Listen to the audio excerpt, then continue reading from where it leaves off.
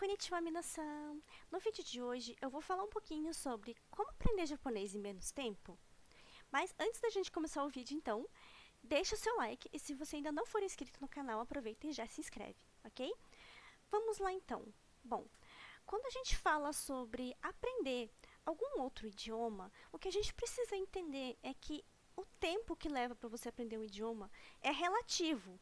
Ele pode variar de pessoa para pessoa.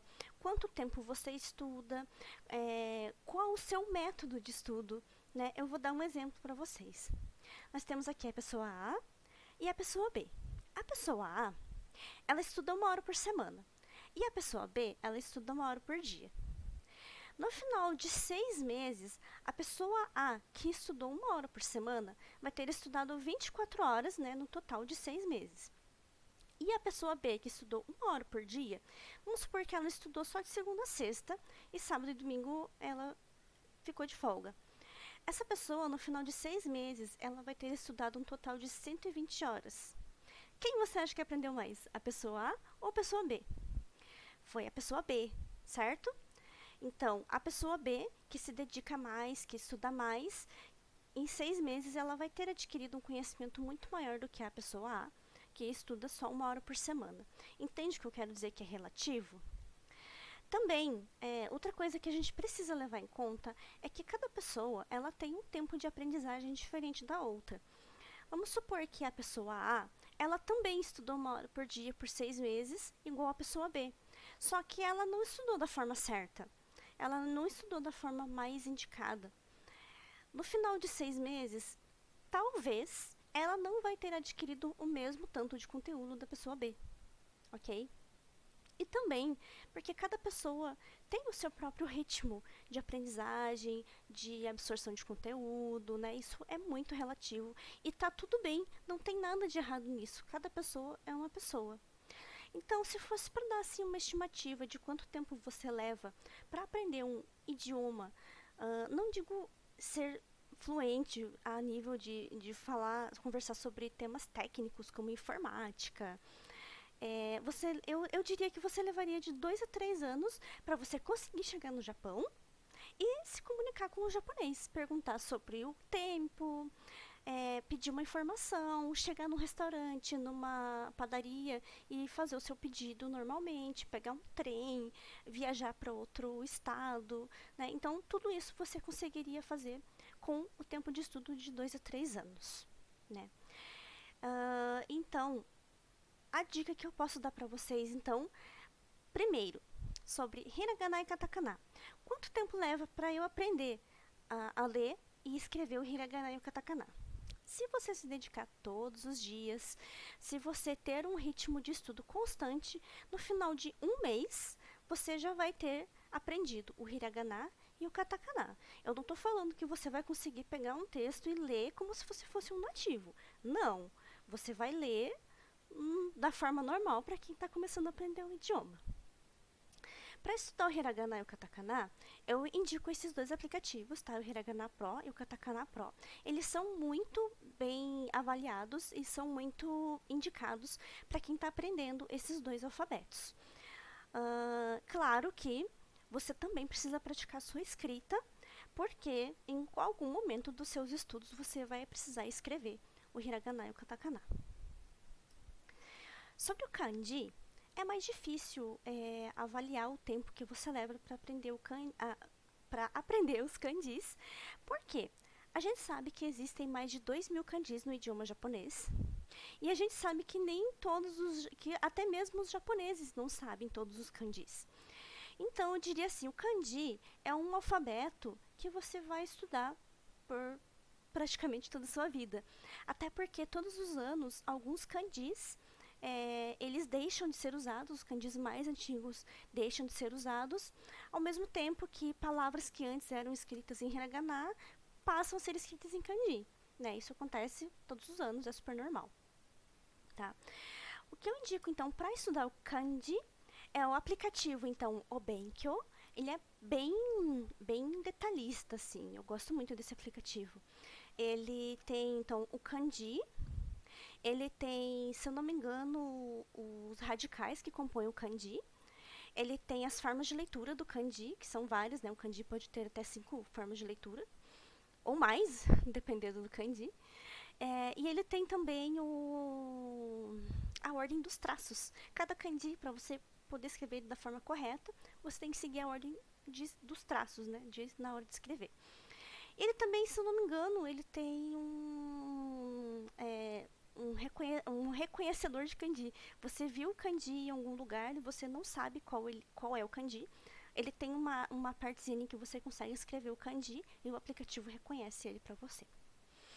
E também tem um site chamado Anikani, que ele é gratuito até um certo ponto. Tem algumas funções desse site que são pagas, mas de longe é o melhor site para você aprender kanji. Você vai aprender os kanjis por níveis. Ele tem uma série de exercícios lá que você pode fazer. Lembrando que algumas funções desse site são pagas. Mas pessoas que estudam com o Anikani têm um conhecimento de kanji muito maior do que pessoas que não estudam. Na minha experiência, tá? Experiência dos meus alunos, das pessoas com quem eu já convivi. Tá bom? Eu vou dar agora umas dicas para vocês de onde vocês podem absorver conteúdo para chegar num nível de fluência mais rápido. Eu recomendo esse site, então, o News Web Easy. Esse site é da TV japonesa NHK e ele é voltado para pessoas que não têm um conhecimento alto de kanji, como, por exemplo, os jovens japoneses mesmo ou até mesmo estrangeiros. Você pode notar aqui que ele é todo escrito normal, em katakana, que tem o hiragana e até mesmo os kanjis. Só que o diferencial dele é que ele tem aqui os furiganas, ó. Esse hiragana que está aqui em cima dos kanjis é a forma de leitura, é chamado de furigana. Os outros sites de notícias normais não tem, tá? Furigana, você tem que saber o kanji, não tem jeito. Outra coisa interessante desse site é que ele tem esses dois botões aqui, ó. Esse botão aqui, ele serve para você escutar a notícia. A mulherzinha lá japonesa vai ler a notícia para você. E aqui eu não consegui colocar o texto todo, mas aqui tem um texto aqui embaixo, tá? Eu não consegui, porque senão ia ficar muito grande. Aí você consegue ouvir enquanto ela fala e acompanhar a leitura do texto. Legal, né? Você consegue pegar nuances de pronúncia e essas coisas. E esse segundo botão, ele serve para ocultar esse furigana aqui, né? Se você clicar nesse botão, esse hiraganazinho aqui em cima, ele vai sumir. Ok? Segunda dica que eu dou para vocês, no YouTube agora, tem esses dois canais de TV japoneses, que é a TBS e a TV Asahi.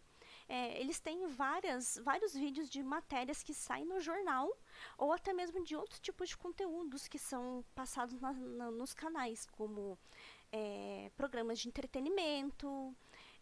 Se eu não me engano, até doramas tem. Alguns canais ali até doramas tem. Né? E esse aqui, né, você pode ver que eles não são nem muito grandes. Esse aqui tem 45 segundos. Esse aqui é maior porque, pelo que parece aqui, são músicas. Tá?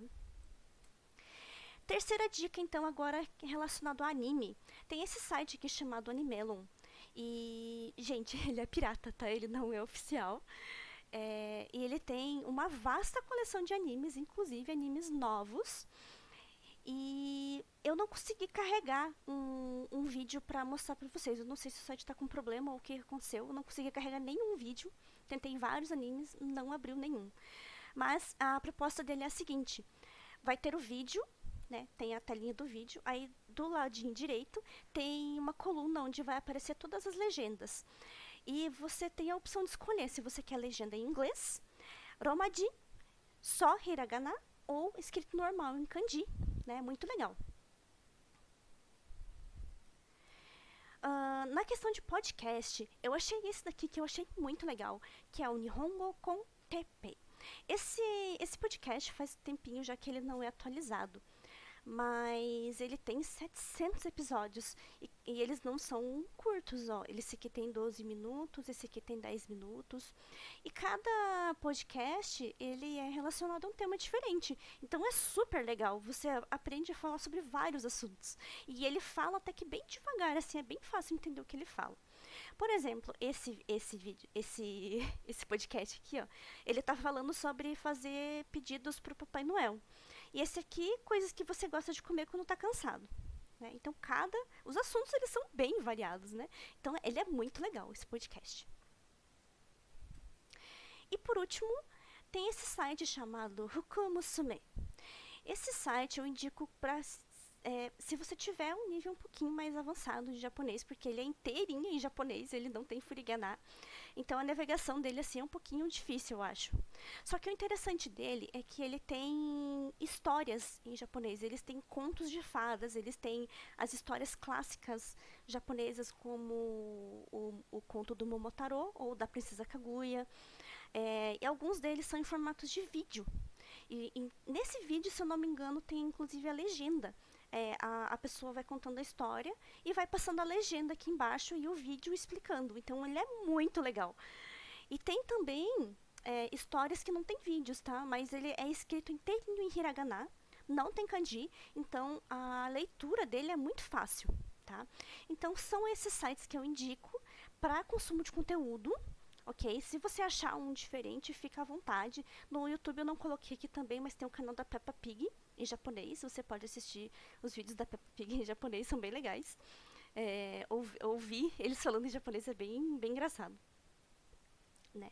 Então, esse foi o vídeo de hoje. Se você gostou desse vídeo e quer aprender mais sobre japonês, não se esquece. Ok, corta.